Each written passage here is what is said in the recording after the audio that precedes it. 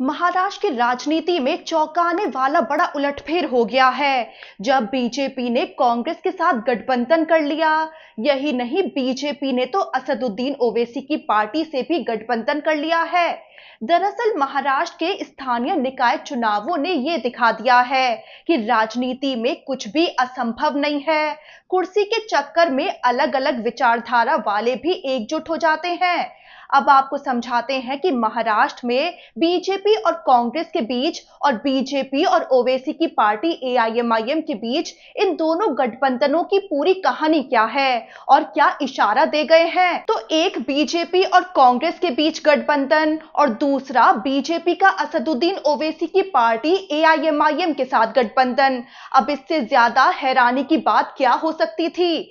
लेकिन महाराष्ट्र में हो रहे स्थानीय निकाय चुनावों ने ये करके दिखा दिया। बीजेपी ने अपनी ही सहयोगी एकनाथ शिंदे की पार्टी को अंबरनाथ नगर परिषद से बाहर करने के लिए कांग्रेस के साथ हाथ मिला लिया।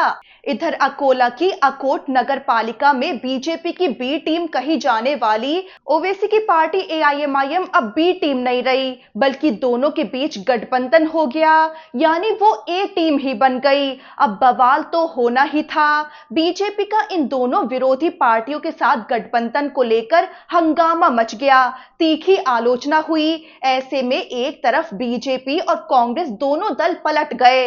कांग्रेस ने गठबंधन में शामिल होने वाले स्थानीय नेताओं को निलंबित कर दिया है।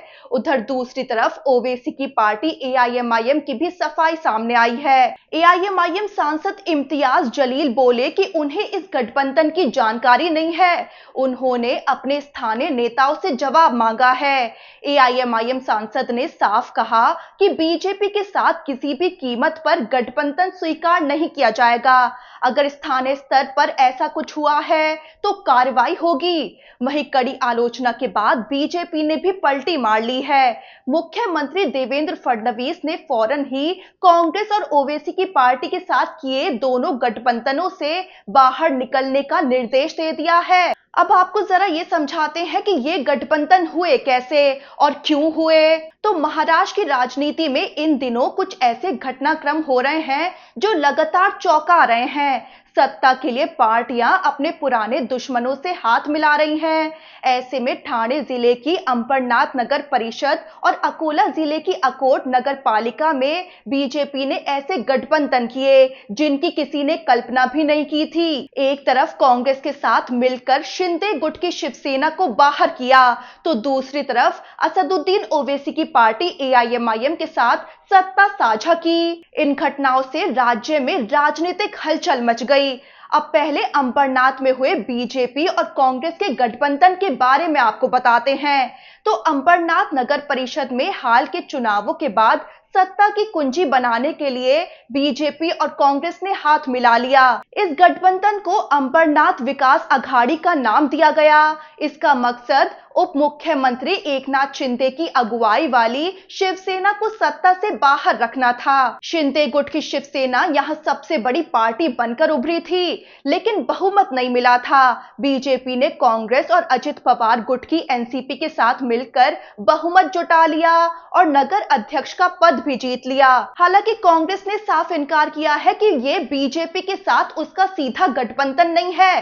कांग्रेस नेता सचिन सावंत ने सोशल मीडिया पर लिखा कि अंबरनाथ में पार्टी के झंडे और नाम छोड़कर कई पार्टियों के कार्यकर्ता और निर्दलीय लोग साथ आए हैं। ये अंबरनाथ विकास अघाड़ी शिंदे गुट की शिवसेना के स्थानीय स्तर पर फैले भ्रष्टाचार के खिलाफ बनी है। इसीलिए कांग्रेस और बीजेपी के सीधे गठबंधन की बातें गलत हैं। वहीं शिंदे गुट की भी बड़ी प्रतिक्रिया सामने आई। शिंदे गुट के विधायक बालाजी किनीकर ने इसे अनैतिक गठबंधन बताया और बीजेपी पर विश्वासघात का आरोप लगाया। उन्होंने कहा कि कांग्रेस मुक्त भारत की बात करने वाली पार्टी अब कांग्रेस के साथ सत्ता साझा कर रही है।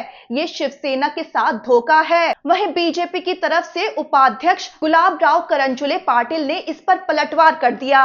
उन्होंने शिंदे गुट पर पिछले 25 सालों से भ्रष्टाचार करने का आरोप लगाया और कहा कि शिवसेना के साथ गठबंधन की कई कोशिशें की गई थी, लेकिन कोई जवाब नहीं मिला। इसीलिए शिवसेना के साथ गठबंधन करना ही अनैतिक होता। उधर अकोट में बीजेपी और ओवैसी की पार्टी एआईएमआईएम के गठबंधन की बात करें तो यहां 35 सदस्य वाली परिषद में चुनाव हुए, जिसमें बीजेपी को सिर्फ 11 सीटें मिली। मेयर का पद बीजेपी की माया धुले ने जीत लिया, लेकिन बहुमत के लिए समर्थन चाहिए था। बहुमत जुटाने के लिए बीजेपी ने अकोट विकास मंच बनाया, जिसमें ओवैसी की पार्टी एआईएमआईएम के 5 पार्षदों के अलावा दोनों शिवसेना गुट यानी शिंदे और उद्धव गुट, अजित पवार की एनसीपी, शरद पवार की एनसीपी और प्रहार जनशक्ति पार्टी शामिल हो गए। इस गठबंधन की कुल ताकत अब 25 सदस्यों की हो गई है, यानी मेयर समेत 26 हो गए हैं।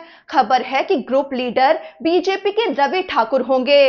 वहीं दिलचस्प बात यह है कि मेयर चुनाव में बीजेपी की माया धुले ने एआईएमआईएम की उम्मीदवार फिरोजा पी सिकंदर राणा को हराया था, लेकिन अब वही एआईएमआईएम बीजेपी की सत्ता में साझेदार बन गई है। इस गठबंधन को जिला मजिस्ट्रेट के पास रजिस्टर कराया गया। 13 जनवरी को डिप्टी मेयर और अन्य पदों के चुनाव में ये गठबंधन एकजुट होकर वोट डालेगा। अब यहाँ विपक्ष में सिर्फ 6 कांग्रेस पार्षद और 2 वंचित बहुजन अखाड़ी के सदस्य रह गए हैं। वहीं अब उद्धव ठाकरे की शिवसेना और अन्य नेता बीजेपी पर दोहरे मापदंड का आरोप लगा रहे हैं। उनका कहना है कि हिंदुत्व और कांग्रेस मुक्त भारत की बात करने वाली बीजेपी सत्ता के लिए कुछ भी कर सकती है। ऐसे में उद्धव गुट के सांसद संजय राउत ने तो बीजेपी पर करारा वार कर दिया है। यहां तक कि एआईएमआईएम पर भी उन्होंने जमकर हमला बोला है। शिवसेना उद्धव गुट के सांसद संजय राउत बोले कि बीजेपी अंबरनाथ में कांग्रेस के साथ है और अकोट में एआईएमआईएम को समर्थन दे रही है।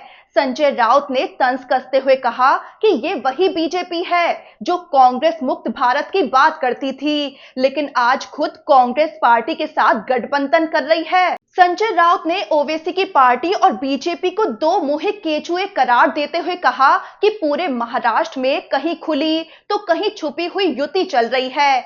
संजय राउत बोले कि बीजेपी का ये रवैया हैरान करने वाला है और जनता सब देख रही है। वो आगे बोले कि अंबरनाथ और अब अकोट में सामने आए इन गठबंधनों ने ये साफ कर दिया है कि सत्ता के लिए वैचारिक विरोध भी पीछे छूटता जा रहा है और यही मुद्दा आने वाले दिनों में महाराष्ट्र की राजनीति में और गरमाने वाला है। तो कुर्सी के खेल में विचारधारा को आग लगा दी गई। महाराष्ट्र की राजनीति लगातार चौंका रही है। देखना होगा कि आने वाला समय महाराष्ट्र की राजनीति को क्या नया मोड़ देता है।